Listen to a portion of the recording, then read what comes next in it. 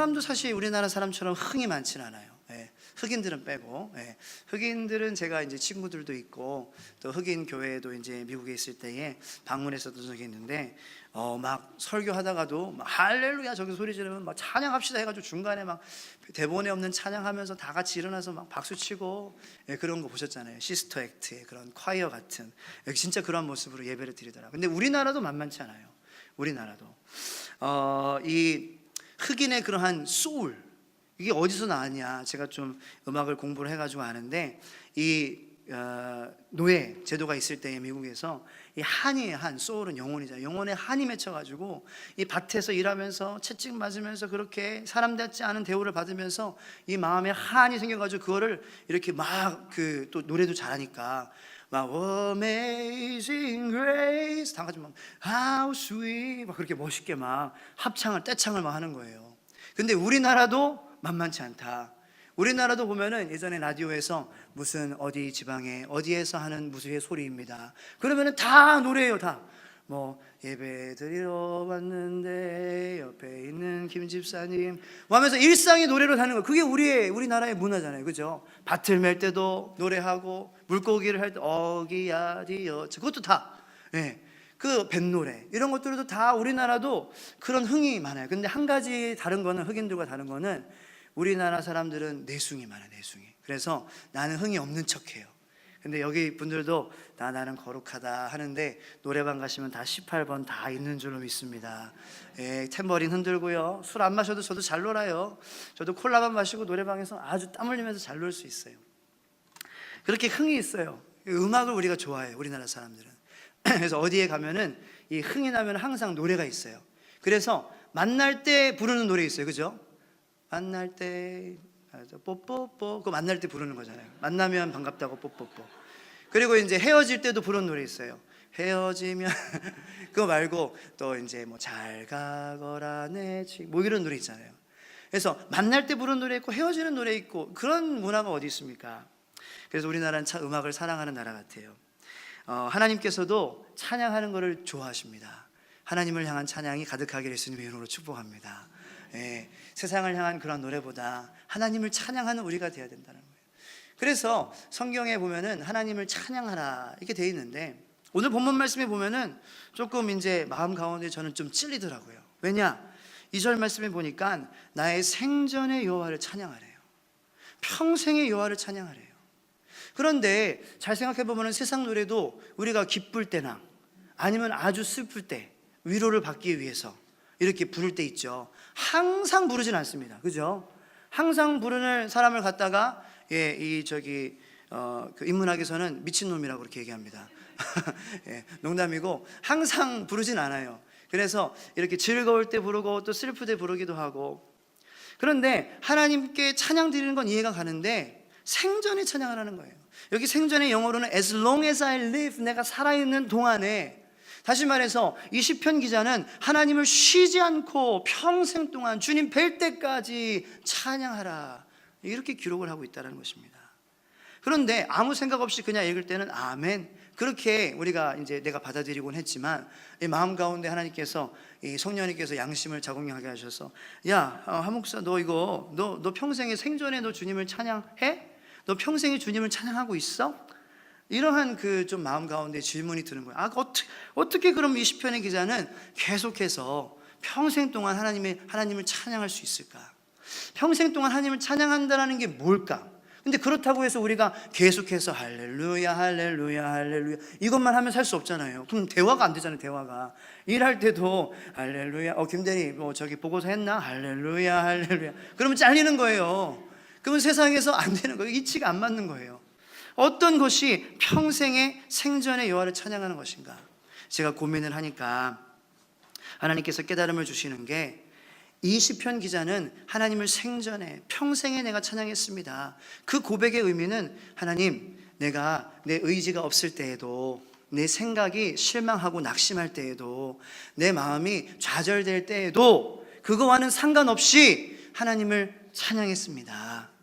이러한 고백이 바로 평생의 생전에 하나님을 찬양했다라는 그러한 고백과 똑같다라는 그런 깨달음을 주세요. 왜냐? 우리는 감사하면 은혜 받으면 찬양 나오잖아요. 그죠?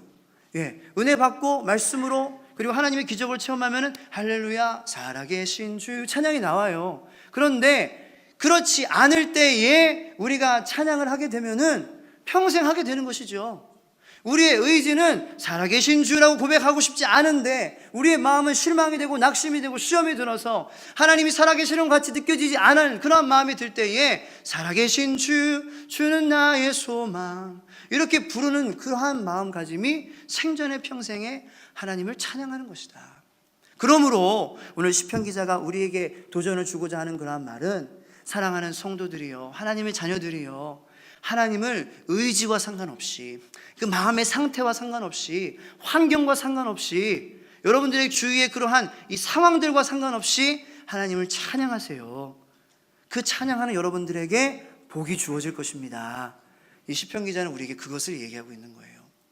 자, 그러면은 또 그러한 내가 하나님 찬양하고자 하는 의지가 없어요. 마음이 없어요. 마음이 낙담됐어요. 마음이 실망됐어요. 뭔가의 그러한 상황 가운데 시험이 들었어요. 그런데 하나님을 어떻게 찬양하는 그러한 마음을 가지느냐라는 것이죠. 어떠한 마음을 가질 때에 하나님을 찬양할 수 있느냐, 그러한 상황 가운데서도. 자, 여기 한번 보겠습니다. 3절과 4절 말씀입니다. 다 같이 한번 본독하겠습니다. 시작. 귀인들을 의지하지 말며 도울임이 없는 인생도 의지하지 말지니 그의 호흡이 끊어지면 흙으로 돌아가서 그날에 그의 생각이 소멸하리로다. 자, 하나님이 이러한 분이라는 것을 알면은 의지와는 상관없이 찬양할 수 있다는 거예요. 이러한 분이라는 게 어떠한 분입니까? 귀인들을 의지하지 말며 도울림이 없는 인생도 의지하지 말지니. 다시 말해서 하나님 한 분만, 이 세상에 많은 그러한 사람들이 존재하지만 유력한 사람도 있고 권세 있는 사람도 있고 돈 많은 사람도 있고 잘생긴 사람도 있고 예쁜 사람도 있고 세상에서 잘 나가는 사람도 있고 인기 있는 사람도 있고 없는 사람도 있고 그리고 상처받은 사람도 있고 연약한 사람도 있고 많은 사람들이 존재하지만 이 세상에서 의지할 분은 사람이 아니고 하나님 한 분뿐입니다. 이러한 마음을 가질 때에 우리는 우리의 의지와는 상관없이 하나님을 찬양할 수 있게 된다는 거죠. 그러한 고백이 여러분들의 삶에 있기를 예수님의 이름으로 축복합니다. 그러한 고백을 하는 사람은 또 이러한 고백을 한다는 5절에 다 같이 읽겠습니다. 시작. 야곱의 하나님을 자기의 도움으로 삼으며 여호와 자기 하나님에게 자기의 소망을 두는 자는 복이 있도다. 하나님 한 분만 의지할 뿐입니다. 이렇게 고백하며 나아가는 사람에게는 의지와 상관없이 감정과는 상관없이 상황과는 상관없이 하나님을 찬양하고 하나님을 도움으로 삼을 수 있는, 하나님에게 소망을 둘 수 있는 그러한 복을 누리게 된다는 거예요. 그러한 도움을, 소망을 하나님을 찬양함으로 하나님밖에 없습니다라는 그런 고백 가운데 이루는 여러분들 되시기를 예수님의 이름으로 축복합니다. 그렇다면은 중요한 것은 어떻게 이러한 3, 4, 5절의 고백을 우리가 할 수 있겠느냐라는 거죠. 그죠? 하나님, 이 많은 사람들이 있지만 힘 있는 사람들도 있고 돈 있는 사람들도 있고 우리가 그렇게 조금 도움을 청하고 싶은 그런 사람들이 있어요. 그러니까 여기 이 귀인들부터 힘없는 인생까지라는 것은 모든 인류를 다 얘기하는 거예요. 그게 이제 히브리어의 이 문학 기법이었어요. 알파와 오메가가 하나님, 알파 오메가 하나님이라고 그러잖아요. 그렇죠? 시작과 처음과 나중 되시는, 그러니까 그 모든 중간에 있는 것들도 하나님인 거잖아요. 그 마찬가지로 이 히브리어의 문학 기법에는 극단적인 상대적인 두 가지를 나열함으로 모든 것을 포함시키는 그러한 과학이 있다라는 거예요. 문학적인 과학이요.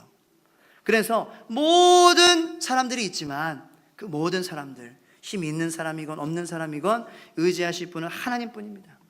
그 하나님만 바라보면 나의 도움이십니다, 나의 소망이십니다 라고 우리가 얘기할 수 있는 그러한 복을 받게 되는 마음은 어떤 마음이냐는 거죠. 그러한 믿음은 어떤 믿음이냐. 비결이 본문 말씀에 나와 있습니다. 자, 시편 기자는 하나님께 어떻게 그러한 마음을 가졌었냐, 어떻게 그러한 신앙을 가질 수 있었냐. 자, 6절 말씀 다 같이 한번 읽겠습니다. 시작. 여호와는 천지와 바다와 그 중에 만물을 지으시며 영원히 진실함을 지키시며, 거기까지요. 자, 이 말씀을 통하여서 우리가 하나님은 어떤 분이시다라고 단정 지을 수 있는 게 뭐예요? 창조주 하나님이시라는 거예요. 하나님께서 만드셨다라는 거예요. 다시 말해서 하나님께서 주인이시라는 것입니다. 하나님이 주인의식을 갖고 있는 사람은, 하나님이 주인이다라는 그런 의식을 갖고 있는 사람은 많은 사람들이 있지만 그 많은 사람들 중에 하나님밖에 안 보입니다. 하나님만이 나의 소망입니다 라고 얘기할 수 있다는 거예요. 이 세상에 주인만이 눈치를 다 보죠. 사람들이 눈치를 다 보는데요, 주인만이 눈치를 안 봐요. 우리가 잔치집에 간다라고 한번 생각을 한번 해보세요. 저기 친구가 생일 파티에 이제 어린아이들이 생일 파티 초대를 받아가지고 이제 다른 사람 집에 가면은 굉장히 눈치를 보지 않습니까? 어린아이들도 다른 사람 집이니까. 어른들도 그러죠. 눈치를 보죠. 이렇게 처음 좀 이렇게 특별히 좀 사이가 좀 서먹서먹한 사람 사이에 이렇게 가면은, 이 생일 잔치나 이런 파티에 가면은 그 좀 눈치를 보게 돼요. 아, 내가 어떻게 행동해야 되나. 그런데 나에게 눈치를 안 보게 할 수 있는 한 사람이 있어요. 그게 누구냐? 주인이에요. 생일 맞은 그 사람이, 그 집의 주인이 편하게 하세요. 그러면은 편해지는 거예요. 그때부터. 그냥 이제 옷 주세요. 옷 주시고 편하게 앉으세요. 그 같이 온 친구들이 그렇게 우리한테 편하게 하세요라고 우리의 마음이 편해집니까? 아니요. 우리 집이 아닌데요. 우리가 만들어 놓은 집이 아니에요. 이 세상에서 우리는 그러므로 눈치를 볼 수밖에 없는 그러한 존재들이에요. 그런데 하나님께서 이 세상을 만드시고 이 세상의 주인 되셔서 우리를 바라보실 때에 창조주 하나님이시기 때문에 하나님께서 우리에게 아들아, 눈치 보지 마. 내 집처럼 생각해. 그게 창조주 하나님을 아는 이 사람의 깨달음이라는 거예요. 하나님께서 만드셨다. 하나님께서 다스리신다. 그 하나님께서 말씀하실 때에 나는 더 이상 눈치 보지 않아도 된다.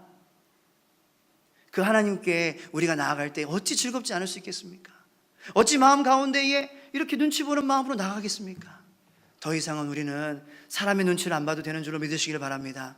세상의 눈치를 안 봐도 되는 줄로 믿으시길 바랍니다. 세상의 그러한 기준의 눈치를 안 봐도 돼요. 세상은 하나님께서 만드셨어요. 여러분들은 귀한 존재임을 깨달으시기를 축복합니다. 여러분들이 주인이 됐어요. 하나님이 주인이시니까. 예수 그리스도가 십자가에 못 박힘으로 여러분들이 주인이 된 거예요. 주객이 전도가 됐습니다. 여러분은 더 이상 아웃사이더가 아니에요. 인사이더예요. 밖에 있는 사람이 아니에요. 안에 있는 사람이에요. 조연이 아니에요. 주연이신 줄로 믿으시길 바랍니다. 그것이 하나님을 창조주로 믿는 사람의 마음가짐이다. 내 하나님은 만드신 분이시다. 그러므로 어떠한 세상의 눈치도 보지 않으시며 하나님만 바라보시기를 축복합니다. 두 번째, 이 시편 기자는 어떻게 바라봤냐? 7절 말씀입니다. 시작. 억눌린 사람들을 위해 정의로 심판하시며 줄인 자들에게 먹을 것을 주시는 이시로다. 여호와께서는 갇힌 자들에게 자유를 주시는도다. 그 우리를 눈치 보게 하시지 않은 하나님이 어떤 하나님이시냐? 통치하시는 하나님이시라는 거예요. 감옥을 열 수도 있고 닫을 수도 있고 먹을 걸 줄 수도 있고 빼앗을 수도 있고, 하지만 하나님께서는 주시는 하나님이시지 빼앗으시는 하나님이 아니신 줄로 믿으시기 바랍니다. 하나님께서는 문을 여시는 하나님이시지 감옥의 문을 여시고 죄사슬을 푸시고 여러분들을 자유케 하시는 그러한 하나님이신 줄로 믿으시기를 축복합니다. 그것이 우리의 하나님 통치자라십니다. 하나님께서는 우리를 눈치 보지 않게 하시고 우리를 다스리시는 그러한 능력의 하나님이라는 거예요. 우리를 눈치 보게 하지 않는 그러한 주인이 모든 것을 행할 수 있는 그러한 능력자다. 와, 얼마나 기쁩니까? 점점 더 이 시편의 기자의 고백과 다가가죠. 그죠? 많은 사람들이 있지만 하나님만 의지합니다. 하나님만 바라보며 내가 그 안에서 소망을 가지고 내가 하나님을 도움으로 내가 삼길 원합니다. 그러한 고백으로 다가가고 있어요. 통치하시는 하나님입니다. 그런데 또 여기서 놀라운 사실은요, 세상의 통치자, 하나님이 통치하시는 하나님의 통치자는 달라요. 세상의 통치자는요, 이 사람에서 통치하는 거잖아요. 사람에서 사는 그러한 삶이기 때문에, 인간 관계에서 속해 있기 때문에 통치하기 위해서는 사람들을 밟고 올라가야 돼요. 그래서 어떤 그 때에는 유착하는 그러한 관계도 형성될 수 있어요. 그래서 그것이 나중에 자기의 발목을 잡고 부정부패하게 하고 나쁜 일을 하게 하고 자기의 의지와는 상관없이 부도덕한 일을 하게 하는 것이 바로 인간의 통치예요. 아무리 훌륭한 인품을 가진 사람도 그의 인품과 그의 다스림은 영원히 완전히 공의롭고 정의롭지 못하다라는 거예요. 왜냐? 사람하고 연관되어 있기 때문에. 그런데 하나님께서는 통치하시되 하나님께서는 그냥 유일하게 혼자 통치하시는 거예요. 성경에서 I am that I am이에요. 나는 나다라는 거예요. 나는 그냥 나다. 나는 그냥 태초부터 있었던 사람이다. 누구의 힘을 빌어서 통치하심을 이 왕권에 올라가신 것이 아니라, 왕좌에 올라가신 것이 아니라 그냥 처음부터 거기 계셨음을 믿으시기를 축복합니다. 그러니까 그게 얼마나 놀라운 사실이에요. 하나님께서는 그러므로 모든 불의와 모든 부정부패와 모든 부도덕에서 자유하신 분이에요. 만약에 하나님께서 유착되고 그러한 관계들 가운데에 그렇게 얽히고 설킨 분이라면은요, 우리를 바라보실 때에 우리에게 온전하게 약속하신 그 축복을 주시지 못하시고, 내가 너에게 줄 축복을 이 사람을 바라보면 이 관계가 있기 때문에 내가 너한테 이렇게 주면 상처받기 때문에 덜 줘야 돼, 그렇기 때문에 얘한테는 더 많이 줘야 돼, 얘한테는 더 많이 안 줘야 되지만 더 줘야 돼, 이런 식으로 하나님의 그러한 축복이 얼마나 통치하심이 얼마나 뒤죽박죽 되겠어요. 하나님이 그러한 분이 아니시다라는 것을 깨달으며 그 축복 가운데에 하나님의 통치하심을 받으시는 여러분들 되시기를 축복합니다. 하나님께서 여러분들에게 주시고자 하시는 축복을 눈치 안 보시고, 어떠한 사람의 눈치, 어떠한 세상의 권력의 눈치, 어떠한 세상의 왕들의 눈치 안 보시고 여러분들에게 무한하게 주실 수 있는 분은 이 세상에 단 한 분, 하나님 한 분뿐이라는 거예요. 그것이 하나님께서 홀로 통치하시는 통치자라는 것의 의미라는 것입니다. 자, 그리고 마지막으로 세 번째, 이 시편 기자는 하나님을 어떻게 알았냐, 어떻게 그런 고백을 했냐. 자, 8절 9절 말씀 읽겠습니다. 시작. 여호와께서 맹인들의 눈을 여시며 여호와께서 비굴한 자들을 일으키시며 여호와께서 의인들을 사랑하시며 여호와께서 나그네들을 보호하시며 고아와 과부를 붙드시고 악인들의 길은 굽게 하시는도다. 아멘. 하나님께서 창조하시고 우리의 눈치를 보지 않게 하여 주시고 또 통치하시되 어떠한 그런 것과도 연관되어 있지 않은 홀로 전능하시고 전지하신 하나님이시기 때문에 약속하신 무한한 복을 주실 수 있는 그러한 하나님이신데, 그 하나님이 우리를 사랑으로 통치하신다는 거예요. 이게 굉장히 중요한 부분입니다. 하나님의 그 창조의 그 질서의 근본은, 통치하는 그 질서의 근본은 사랑 위에 기반이 되어 있다는 것입니다. 하나님께서 우리를 다스리시되 하나님의 마음대로 하시는 것이 아니라 하나님의 뜻, 우리는 전혀 우리의 마음은 생각하지 고려하지 아니하시고 우리의 입장을 생각하지 않으시는 분이 아니시라 우리의 입장에서 낮아지시기까지 우리를 생각하시는 하나님이신 것을 깨달으시는 여러분들 되시기를 예수님의 이름으로 축복합니다. 어떻게 알 수 있어요? 십자가. 이 시편 기자는 어떻게 보면은 앞으로 오실 예수님을 바라본 거예요. 하나님을 바라보면서요. 예수님은 창조하시는 분이십니다. 어둠에서 생명을, 빛을, 절망에서 소망을 창조하셨고요, 우리가 그렇게 길 잃은 그러한 양 같은 그러한 삶에서 목자와 함께 할 수 있는 그러한 새로운 삶을 창조하셨습니다. 새로운 부대가 되는 새로운 영혼과 새로운 꿈을 가지고 살아갈 수 있게 되는 그러한 우리에게 새 마음을 창조하셨어요. 그 주님께서 우리를 초청하세요. 눈치 보지 마라. 네가 세상의 빛이다. 내가 빛이므로 내가 너 안에 거할 때 너도 빛이야. 그러므로 어둠 가운데에 더 이상 어둠의 눈치를 보지 않고, 우리 자신의 그러한 생각의 한계의 눈치를 보지 않고, 그런 것들을 떠나서 나를 하나님으로 말미암아 제대로 사랑할 수 있게 하고 제대로 그렇게 기쁨을 누리게 할 수 있는 그러한 하나님께서 우리에게 길을 열어주셨다는 거예요. 그게 예수 그리스도의 십자가 복음인 줄로 믿으시기를 축복합니다. 그래서 주님은 다스리세요. 주님은 우리를 다스리세요. 그래서 주님의 삶 가운데에 기적을 행하시며 그렇게 맹인의 눈을 뜨게 하시며 안진뱅이를 일으키게 하시며 그렇게 줄인 자들을 먹이시는 그러한 기적 가운데에 내가 통치하는 하나님이다, 내가 그리스도 메시아다라는 것을 우리에게 보여주신다는 것입니다. 그런데 그 하나님이요, 사랑의 하나님이다, 예수님이다라는 걸 우리에게 보여주시는 게 십자가에 못 박혀 죽으셨어요. 그리고 우리를 부활하시고 승천하시되 우리를 위해서 영원히 함께 하시고자 하시는 그 약속의 성령님을 우리에게 보내주신 줄로 믿으시기를 축복합니다. 그것이 사랑의 증거예요. 그것이 예수님을 바라보는, 하나님을 바라보는 창조주로서, 통치자로서, 사랑의 예수님으로서, 그리고 우리를 사랑하시되 끝까지 사랑하시고 내가 너를 책임질 거야 라는 그러한 마음가짐으로 성령님을 우리의 마음 가운데에 보내주신 그 하나님을 바라보는 자의 마음 가운데에 이러한 고백이 있을 수 있다는 것입니다. 저는 여러분들 오늘 예수님을 이러한 예수님으로 만나셔서 우리의 마음 가운데에 사람들이 많지만 나에게 눈치를 보지 않게 해주시고 그 다음에 나를 다스리시되 모든 그러한 것과 연관되어 있지 않고 독립되셔서 나만 바라보시고 나만 사랑하시고 내게 약속한 그 무한한 복을 다 주실 수 있는 그러한 예수님이 사랑으로 나와 평생 동안 성령님께서 함께 하신다. 제 딸이 6살이 됐는데 3, 4살 때는 안 했던 그러한 일을 해요. 행동을 해요. 삐지는 거. 삐져요. 잘 삐져요. 문 닫고 들어가는 거예요. 마음이 아파요. 근데 왜 삐지냐? 생각이 다르다는 거죠. 아빠는 이걸 얘기하고 나는 이걸 원한다는 거예요. 나는 이거를 밥 먹고 먹으라는 거예요. 근데 이 본인은 먹어야 되겠다는 거예요 지금. 그래서 못 먹게 하면 삐지는 거예요. 사랑하는 성도 여러분들, 하나님의 여러분들을 향한 그러한 마음과 생각은 항상 선하시고 소망의 생각이고 사랑의 생각인 줄로 믿으시기를 축복합니다.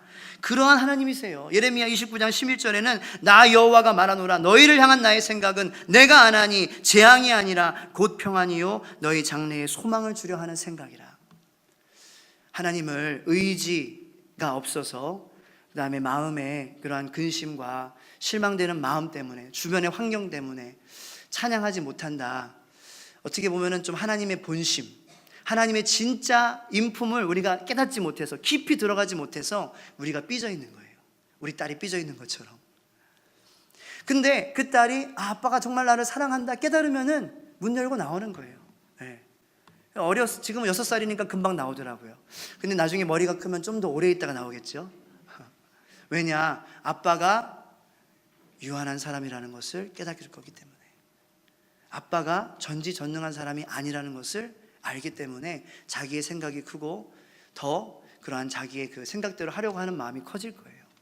하지만 우리 하나님께서는 전지하시고 전능하시고 모든 것을 다 이룰 수 있는 하나님이시되 사랑의 하나님이신 줄로 믿으시기 바랍니다.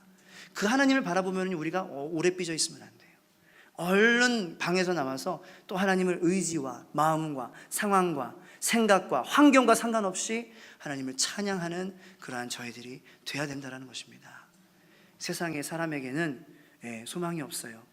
하지만 이러한 하나님을 바라보며 예수님을 바라보며 사순절 기간 동안에 하나님께로 얼른 다시 돌아오시고 평생에 생전에 하나님 앞에 섰을 때 그렇게 고백하실 수 있는, 내가 생전에 하나님 찬양했어요. 내 의지와 상관없이, 마음과 상관없이, 내 생각과 상관없이, 내가 찬양하고 싶지 않을 때에도, 내가 삐져 있을 때에도, 낭망할 때에도, 시험이 찾아왔을 때에도, 어려움이 있었을 때에도 하나님을 찬양하고자 했습니다. 왜냐하면 하나님은 창조주시기 때문에, 나를 눈치 보게 아니하시고 통치자시기 때문에 나를 사랑하시고 나만 바라보시며 많은 복으로 채우시고 그리고 사랑으로 다스리시되 성령님으로 나와 지금까지 인도하셨던 하나님이신 것을 내가 바라봐 의지와는 상관없이 주님을 찬양했어요. 그래서 하나님께서 나의 도움이시다, 하나님께서 나의 소망이시다, 이러한 고백을 하며 사순절, 아니 계속해서 주님 오실 때까지 이러한 고백을 하실 수 있는 복을 누리시는 여러분들 되시기를 예수님의 이름으로 축복합니다. 기도하겠습니다.